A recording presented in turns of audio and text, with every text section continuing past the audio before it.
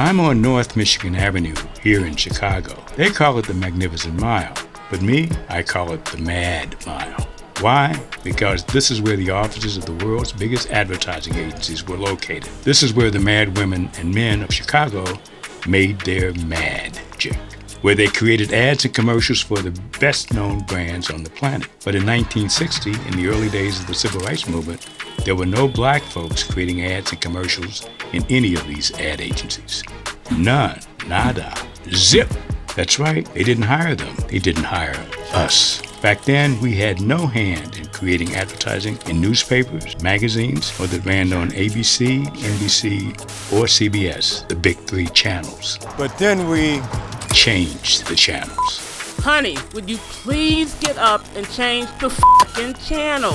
It was the King riots. That made a whole lot of effing difference. I agree with you, because that's basically how I got in Kansas City. The thing you said about the civil rights movement and the death of Dr. King and the riots, that's the basis of, for me, the inspiration for the title Channels Changers.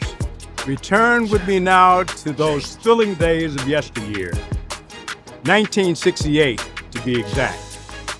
It was long before this statue of DuSable was put in this plaza. In 1967, I was a 19-year-old colored kid who had barely graduated from Wendell Phillips High School, the oldest African-American high school on the south side of Chicago. But by 1977, I was a made madman. This is the story of how that happened, and not just to me. Vince Cullors, Emmett McBain, Tom Burrell, Bill Sharp, Carol Williams. These are just a few of the names of the people who got in when I did. I just watched a commercial that we did together, A Mama's Date. Remember Mama's Date? It was about a single mother and who was going out on a date. How can Mama's Day think everything is fine? She's holding his hand instead of mine. What do you think? You can try. Mister, you won't get very far. But anyway, who do you think you are? Hi, I'm Jim Glover. I was really the only black person in the creative department. I introduced Breakfast to America. The campaign was called Morning Glory. Nobody rises up in the morning quite the way we do. One of the things that was interesting for me was like, wow, look at all these black people in advertising. Because in Kansas City, I was it. Carol Williams. Carol Williams was a creative director at Burnett. She was smart as hell, but she served as my model. It was the 60s, and I'm working at J. Waller Chicago, and one of my new supervisors is a guy named Bill Sharp, who I think you could call him the Jackie Robinson of Chicago advertising. Don Cornelius, who ended up hosting Soul Train. There's nothing like blowing up the west side of Chicago to get somebody's attention. I was doing Ultra Sheen commercials, and we got Oscar Brown Jr. to do the voiceover. You want to see more of the work we did? When it's time to serve some fresh brewed coffee, you could serve freeze-dried Taster's Choice.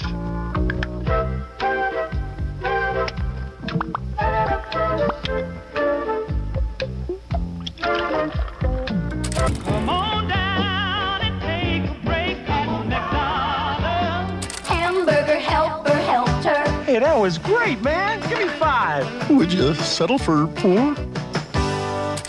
Your independent agent will be there. Where do you find help like this?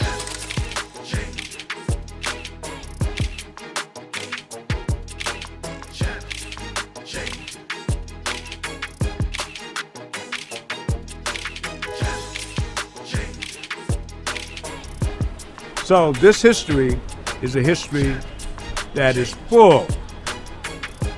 It is rich.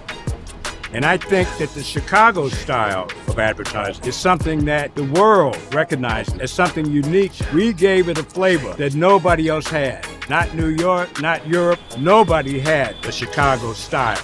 It's almost like stepping. That's a Chicago step. We have it. And channels changers are part of the reasoning. Who are today's channels changers? Are you? You? Are you a channels changer?